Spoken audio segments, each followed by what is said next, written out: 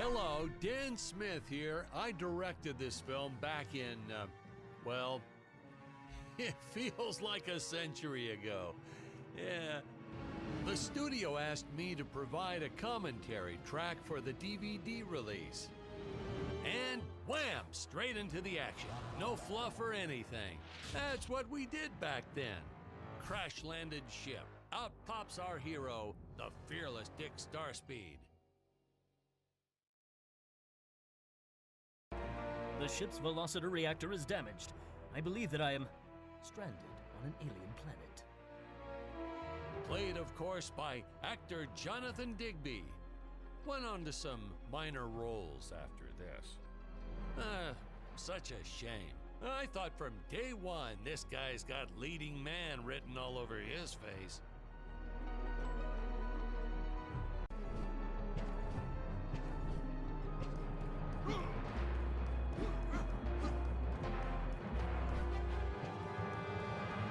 I'm often asked why Dick breaks these boxes.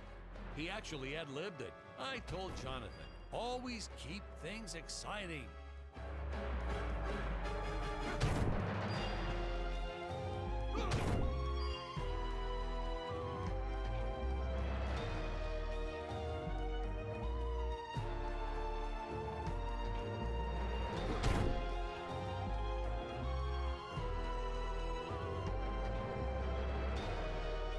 Greetings, citizens of Gravoria. I am Dick Starspeed, and I come in peace.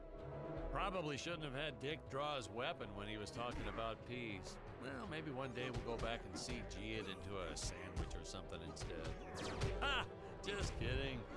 And this is what people pay to see. A no-name middle-aged B-list actor duking it out with stuntmen in costumes. Such stunning choreography. And the extras in those robot suits really knew how to take a punch. Oh, literally. I told Jonathan not to hold back. Give it all to him. Kick him in the nuts and bolts.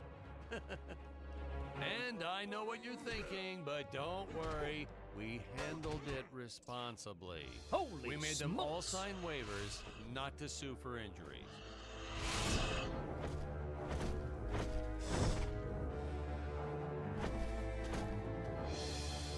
If I land squarely on that grain silo, I should survive this fall unscathed. I shouldn't say this now, but you could actually see the strings if you squinted hard enough. A screenwriting trick from back in the old days. You put a grain silo or some haystacks down and it solves all your gravity-related problems.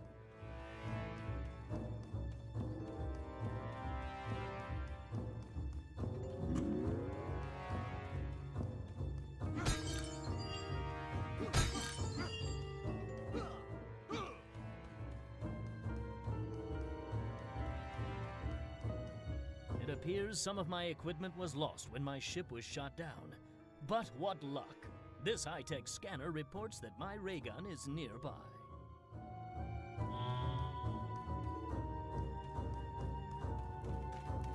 Oh, the dinosaurs! You just don't see quality stop motion like this anymore, do you? Someone actually sat there and moved them, frame by frame. Today, it'd be done with computers, but where's the artistry in that?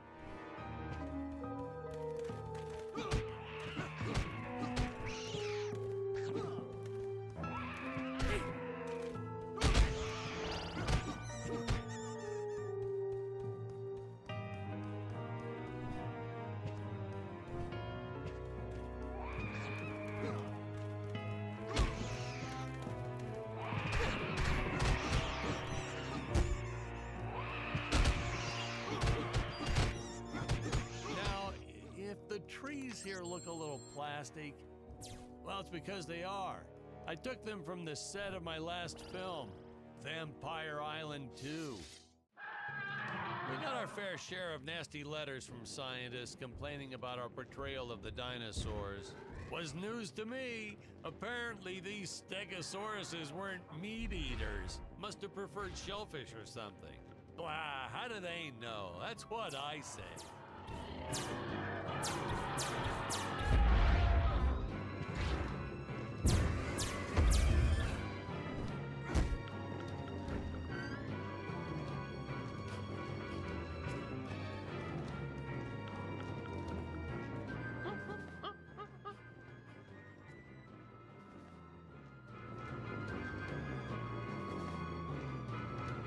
As usual, the local population is defenseless. That's where our hero steps in and saves the day.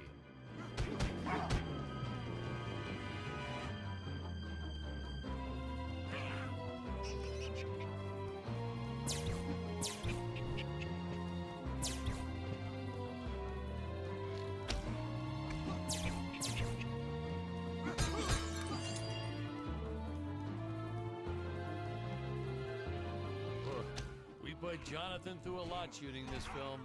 He wasn't the best actor, especially when reacting to getting hit. He's what you call a flincher. So I told the stuntman to really just go to town on him. It's the only way to get an honest performance sometimes. Our props master tried to make the weapons soft, but there's only so much you can do. Lucky for us, Dick's entire body was covered in that spacesuit. That thing was a lifesaver when it came to hiding bruises.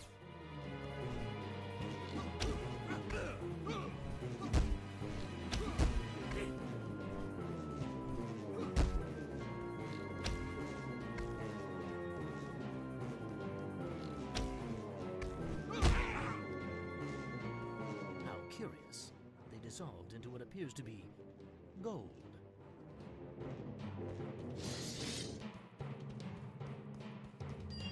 You'll notice the gold disappears when Dick touches it.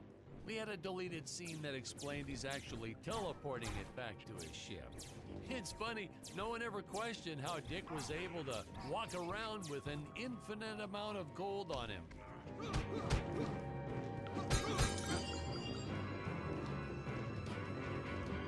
We had to redo these shots. Our first attempt was kind of a disaster.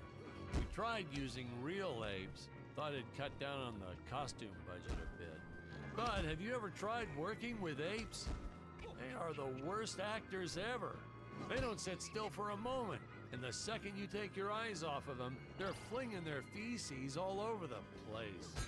Jonathan refused to work with them after he got, well, let's just say that he had to take more than a couple of showers one day. You know, you never forget the smell of monkey poo. We steam cleaned the studio top to bottom. Still never got rid of it entirely. All through the rest of the shot, we kept finding those little surprises hiding inside various props. Boy, were those the days.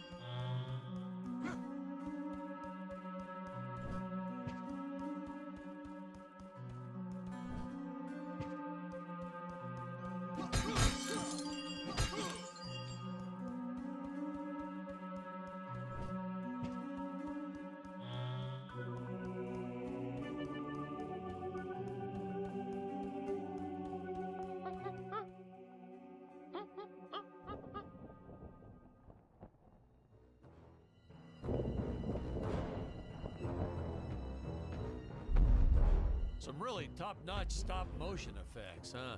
Unfortunately, we skimped on the Dick Starspeed puppet a little. The Earthman is not for you to eat, fiend! Oh, this was groundbreaking. We had the woman rescuing the man for once. We were really ahead of our time with this scene, but well, then again, I've always been rather progressive. The studio exec didn't seem to get why it was such a big deal, though. Sorry, we don't see this as anything unusual. Ha! Of course! It's unusual. A woman would never save the man. It just doesn't happen. Not in the movies, not in real life. I don't know why we didn't get more recognition for this scene. Yeah, I guess I was just a little too ahead of my time.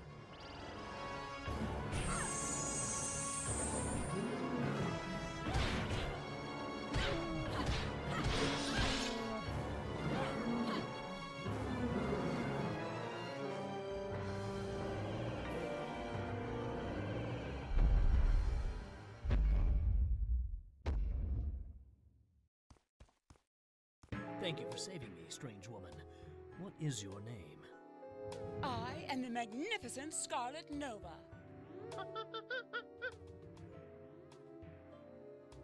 Do not question my motives. Just be happy that you are still alive. I must speak with my father at once. I shall teleport to his chambers.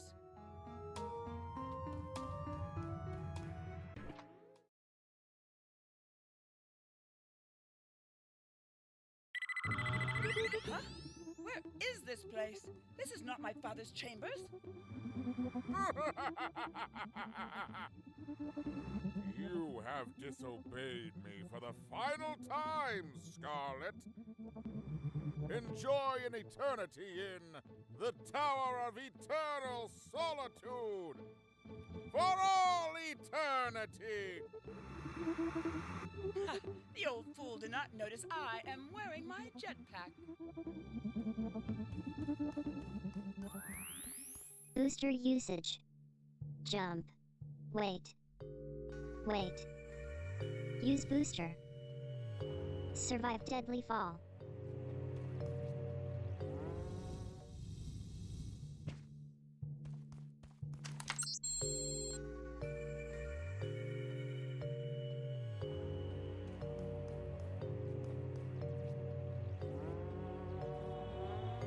Scarlet didn't quite realize she needed to shoot those energy orbs down below.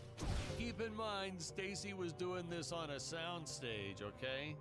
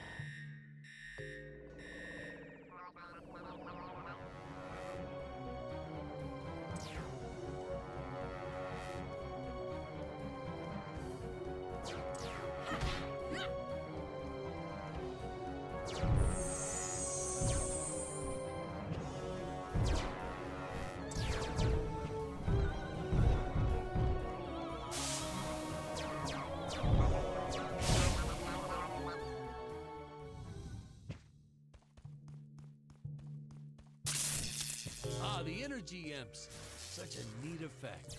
We had to paint each movement frame by frame and superimpose it into live footage.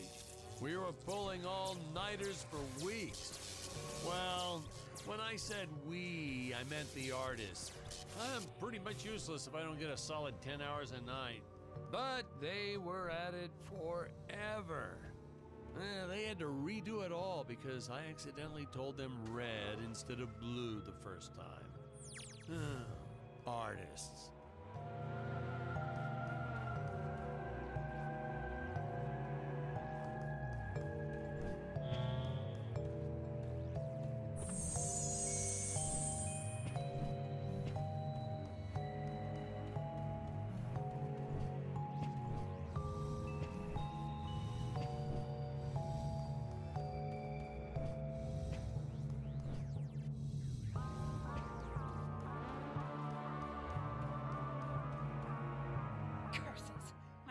Revoked my access to the teleport terminals.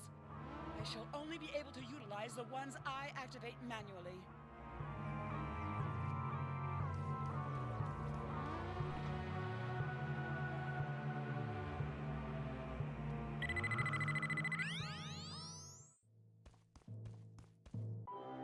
Ah, I knew you would return. Puny Earthman, you shall help me overthrow the Emperor. Why would you turn against your own father? How do I know I can trust you? Oh, this scene. This is practically Shakespeare in outer space. Just as the entire planet does. And, huh? Patrick, what's wrong with the video? Sorry, sir. Technical problems. Darn it, we're missing some really good writing here. There. Sorry about that. Well, we just passed right by her big scene. Basically, they agree to work together, but one must stay behind in the sleep chamber at all times. Should I rewind? Never mind, I'll continue from here.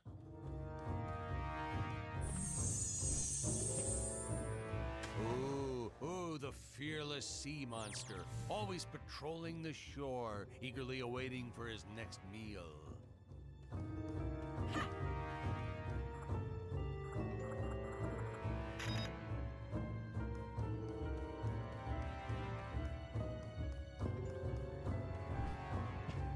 Right from the start, our budget was a little tight, even by standards back then. To make do, Tony shot a couple scenes in black and white. Originally, he intended to use it for flashbacks. But then I had to break it to him. Our film doesn't have flashbacks. We almost made it a silent film just to cut costs.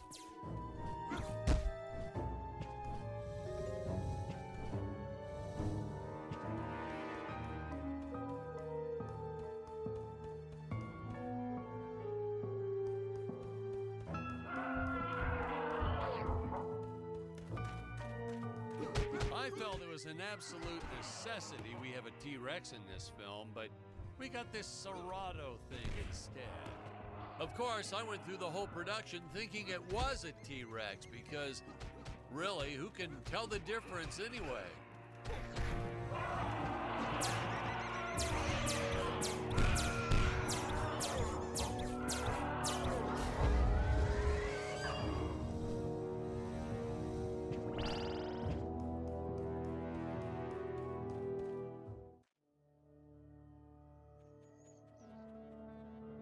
It would appear that now is the time for us to climb the deadly Tower of Monsters.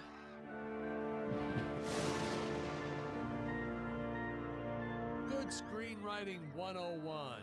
Always announce the title within the film itself. How else are you going to let the audience know your heroes really mean business? Now, that weapon, it's just an electric shaver, but you know, I bet you'd never guess it was, would you? They look so futuristic.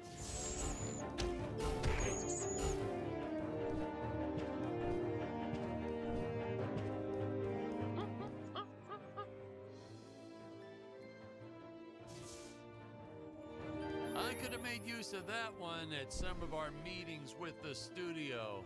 Oh, you'd like to see records of where our budget went to this month? Sure, let me get that for you right now. Foom, foom. Yeah.